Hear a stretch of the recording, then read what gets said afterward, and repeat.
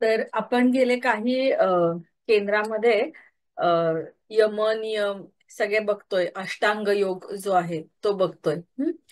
तर आजचा त्याचा पाचवा जो भाग आहे तो म्हणजे अपरिग्रह. अष्टांग योगाची जी 8 अंग आहेत, म्हणजे कुठल्याही माणसाला जर योग किंवा समाधी स्थिती किंवा ती ज्ञानाची अवस्था प्राप्त व्हायची असेल, तर आपण म्हणतो ना की प्रिन्सिपल्स कुठले फॉलो करायला पाहिजेत. तर ते हे 8 प्रिन्सिपल्स असे आहेत आणि त्याच्यातलं पाचवं जे आहे ते म्हणजे अपरिग्रह.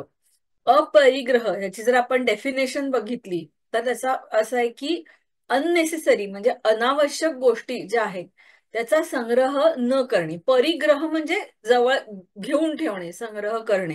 हं. आणि अनावश्यक गोष्टींचा संग्रह.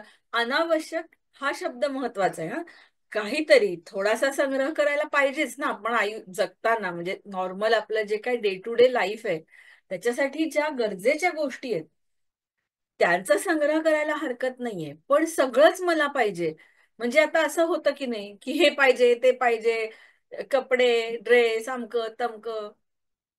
बरं, प्रत्येक गोष्टीची खरंच गरज असते का आपल्याला? तर आपण थोडासा जर विचार केला की आपण एक गेल्या 6 महिन्यामध्ये किती शॉपिंग केली असं जर थोडंसं प्रत्येकाने आठवून बघितलं तर असं लक्षात येईल की आपण बऱ्याच वेळेला म्हणजे मुलंच असं नाही आहे, मोठी माणसं पण सगळ्यांसाठी आहे की एखादा ड्रेस मला आवडला किंवा माझ्या मित्राकडे असंच आहे म्हणून मला हवंय किंवा माझ्याकडे त्याच्यापेक्षा दुसरं छान आता कार्टून आलंय अजून म्हणून मला हवंय. अशा कितीतरी गोष्टी आपल्याला हव्या हव्याशा असतात की ज्या खरंच आपल्याला आवश्यक असतात असं नाही, पण आपण म्हणतो ना just because I want it that's it. आणि आत्ता पाहिजे. म्हणजे एखादी गोष्ट 4 महिन्यांनी आणून चालेल का? नाही नाही, तोपर्यंत ती फॅशन निघून जाईल ना. आत्ता जी फॅशन आहे त्या फॅशनचा ड्रेस, त्या टाईपचे शूज, त्या किचेन्स, तशा टाईपचे काय नोटबुक्स, जे काय मला दिसेल आणि जे आवडेल ते लगेच मला हवं असं वाटणं. हं? आणि असं न वाटणं म्हणजे अपरिग्रह असं आपल्याला आपल्या संतांनी सांगितलंय. आता काय हरकत आहे असं सगळं माझं मला मला हवं असं वाटलं तर त्याच्यामध्ये काय वाईट आहे? आपल्याला असं वाटतं की चांगलं असू देत ना. तर त्याच्यात सगळ्यात मोठा प्रॉब्लेम काय येतो माहितीये की आपण ज्या वस्तू जमवतो किंवा ज्या वस्तूंची सारखी इच्छा करतो त्या नुसत्या आपल्या घरात किंवा आपल्या कपाटात बसून अडचण करतात असं नाहीये. तर त्या आपल्या मनामध्ये पण जाऊन बसतात.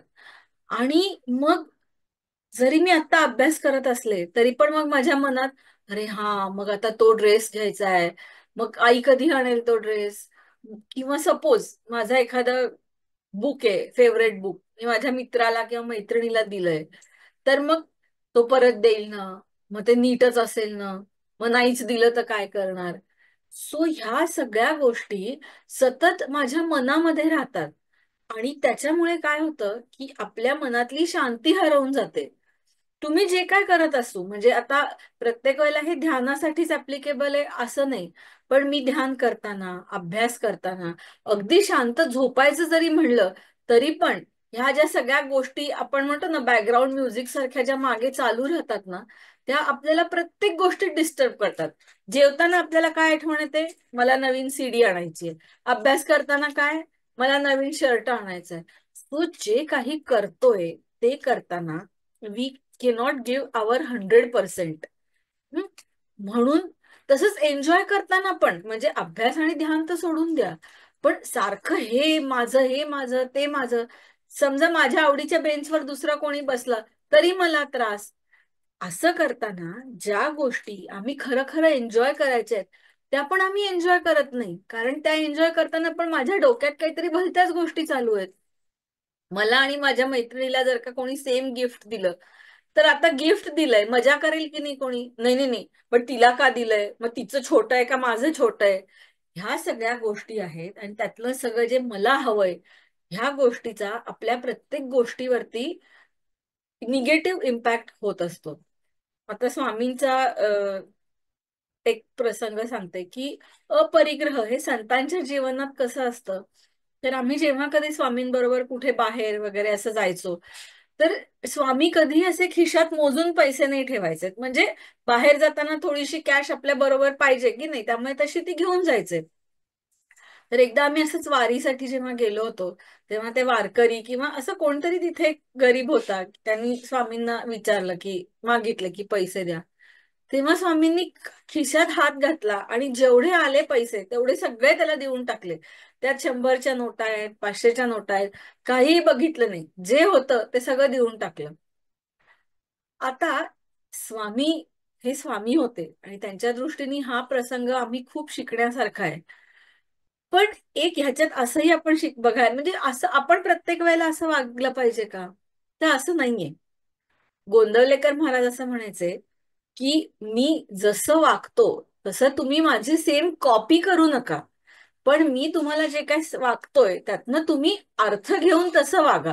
म्हणजे गोंदवलेकर महाराजांचा पण असा एक प्रसंग आहे की त्यांच्याकडे एकदा कोणीतरी त्यांना एक चांदीची वाटी दिली होती आणि मग दुसरा तो नाभी सारखा त्या वाटीकडे बघत होता. तेव्हा महाराजांनी लगेच ती वाटी त्याला देऊन टाकली. पण हे संतांचं वागणं आहे. हे आपण प्रत्येक वेळेला आपल्या असं वागलं पाहिजे असं नाही.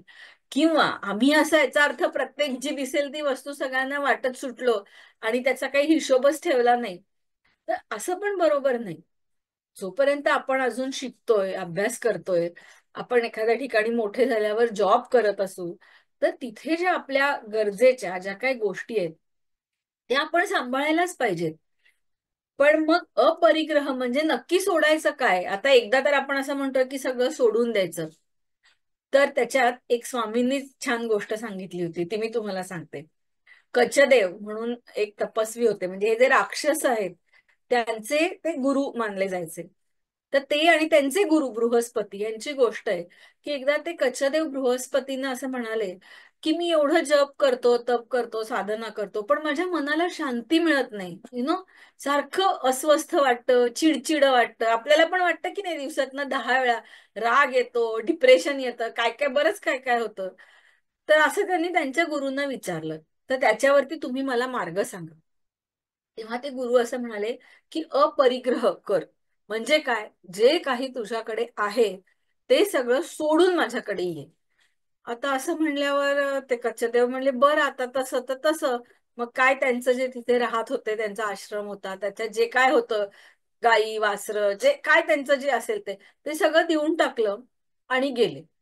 तरी गुरु म्हणाले की नाही, अपरिग्रह झाला नाहीये, तू सगळं सोडून आला नाहीस. मग त्यांनी अंगावरती काय त्यांच्या म्हणजे काय असं खूप माळा नव्हत्या, पण जे काही असेल थोडेफार, गळ्यात काही होतं, अंगावरची काय वस्त्र होती, ते सगळं सोडून अगदी एक बेसिक म्हणतो ना, एक वस्त्र फक्त पांघरून, तेवढं पांघरून फक्त तिकडे गेले. तरी ते गुरु म्हणायला लागले की अपरिग्रह नाही झाला, सगळं सोडून तू आलाच नाहीयेस.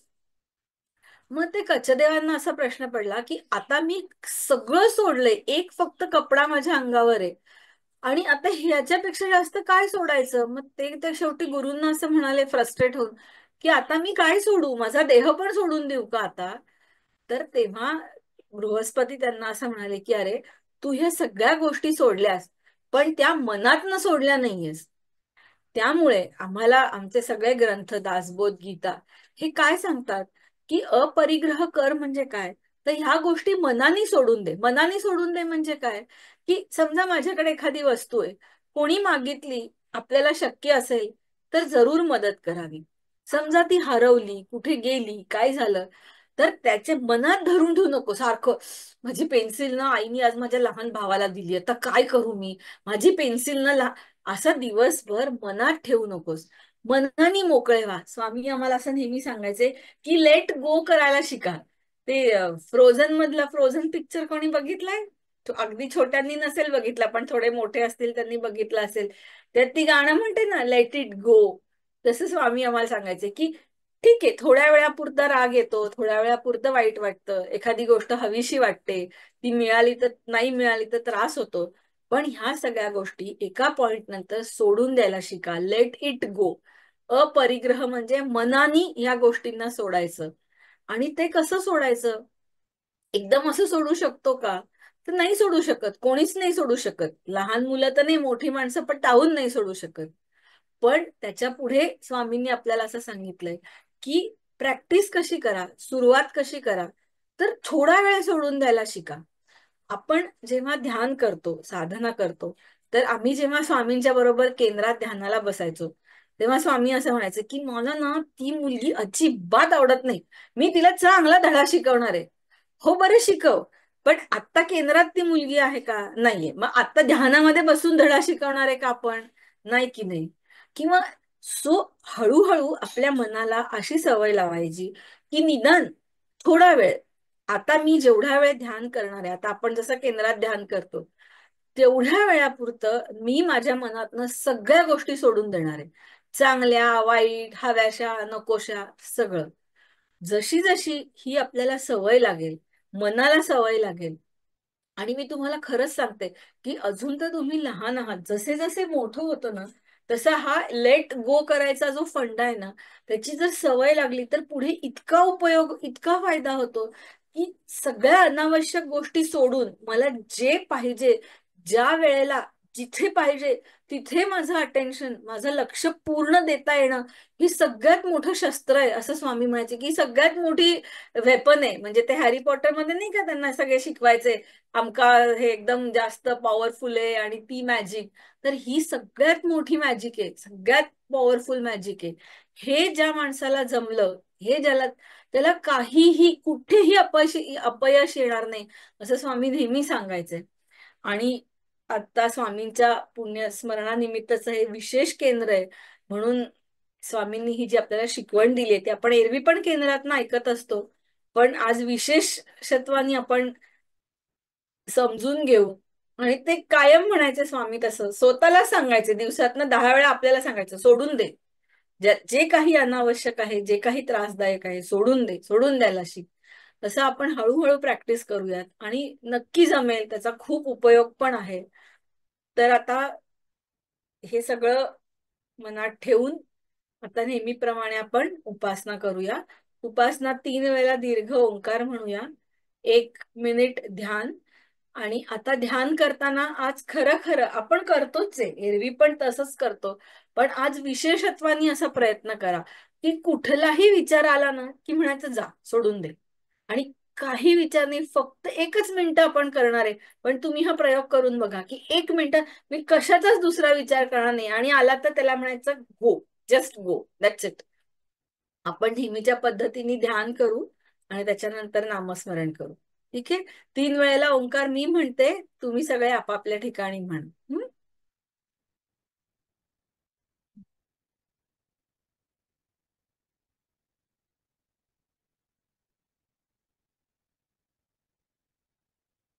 ओम.